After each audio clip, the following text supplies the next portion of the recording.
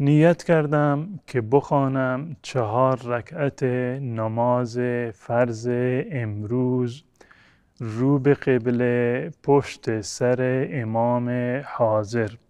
الله اکبر. متاسفانه این روش نیت کردن یکی از اشتباهاتی است که بسیاری از مردم مرتکب آن می شوند. این گونه نیت کردن نه از پیامبر ثابت است، نه از صحابه، نه از تابعین و نه از تبع تابعین و نه از ائمه اربعه و بزرگوار من و شما. هیچ کدام از این بزرگواران نیت لفظی را یا تلفظ به نیت را مستحب هم ندانستند و متاسفانه تلفظ نیت راه را برای انسانهایی که بیمارند، بیماری وسواس دارند، راه را برای وسوسه آنها باز کرده.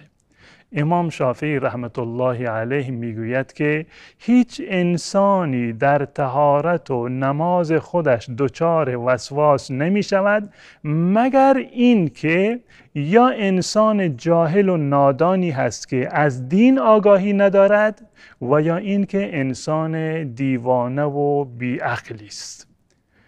نیت اساساً کار قلب هست. نیت یعنی تصمیم و اراده قلبی که من الان میخواهم نماز ظهر را، نماز عصر را، نماز فرض را یا نماز سنتی را بخوانم.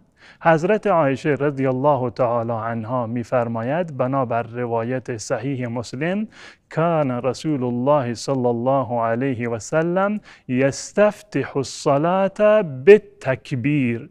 رسول الله صلی الله علیه و سلم نمازشان را با تکبیر الله اکبر گفتن شروع می کردن. یعنی این که قبل از تکبیر هیچ جمله ای را تلفظ نمی کردن. و علما می گویند بالفرض این که اگر کسی نماز را نیتش را تلفظ بکند، به طور مثال نماز ظهر هست، شما در تلفظ بگویید که نیت کردم که بخوانم نماز عصر را.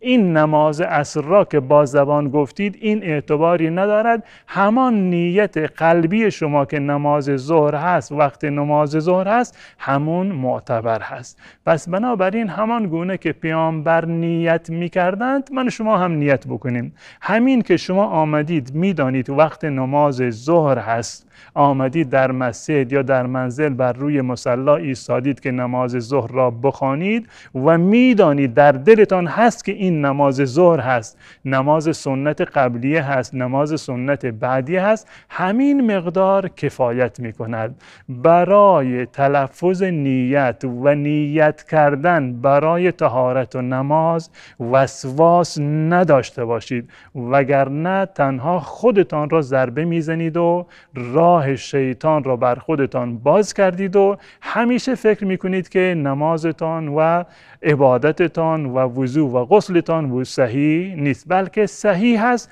اما خودتان راه را برای شیطان و برای وساوس شیطانی باز کردید.